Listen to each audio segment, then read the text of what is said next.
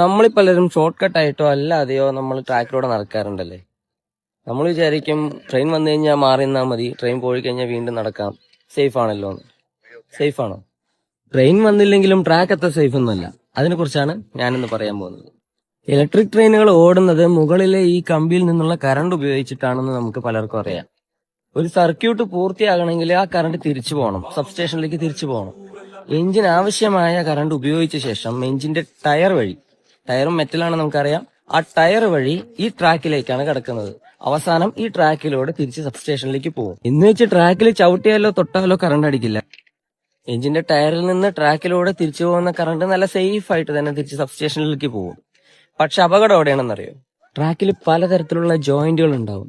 അതുപോലെ തന്നെ നമ്മൾ അറിയാതെ എന്തെങ്കിലും ഒരു ഡാമേജ് ട്രാക്കിന് പറ്റിയിട്ടുണ്ടെങ്കിൽ, ഒരു റെയിൽ കട്ട് എന്നൊക്കെ പറയില്ലേ, അതവിടെ സംഭവിച്ചിട്ടുണ്ടെങ്കിൽ നമ്മൾ അതിൽ ചവിട്ടിക്കഴിഞ്ഞാൽ നമ്മളൊരു കണ്ടക്ടറായിട്ട് മാറുകയാണ് ഉണ്ടാവുക. 25,000 വോൾട്ടിന്റെയാണ്. അപ്പോൾ എത്രത്തോളം ശക്തമാണെന്ന് നമുക്ക് ആലോചിക്കാവുന്നതേ ഉള്ളൂ. ഇതിന് റിട്ടേണിങ് കറണ്ട് എന്നാ പറയാ.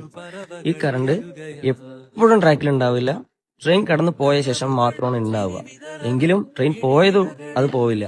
ആ ട്രെയിൻ അടുത്തൊരു സെക്ഷൻ എത്തുന്നത് വരെ ആ കറണ്ട് ഈ ട്രാക്കിലൂടെ കടന്നു പോയിക്കൊണ്ടിരിക്കുന്നുണ്ടാവും. അപ്പോൾ അത്രയും സമയം നമുക്ക് റിസ്ക് തന്നെയാണ് ഇതിൽ നടക്കുന്നത്. ഈ ട്രാക്ക് എന്ന് പറയുന്ന ഒരു നടപ്പാതയല്ല, അതൊരു ഇലക്ട്രിക് സർക്യൂട്ടിന്റെ ഭാഗമാണ്. അതിലൂടെ നടക്കുന്നത് നിയമവിരുദ്ധം മാത്രമല്ല, നമ്മുടെ ജീവന് അപകടമാണ്.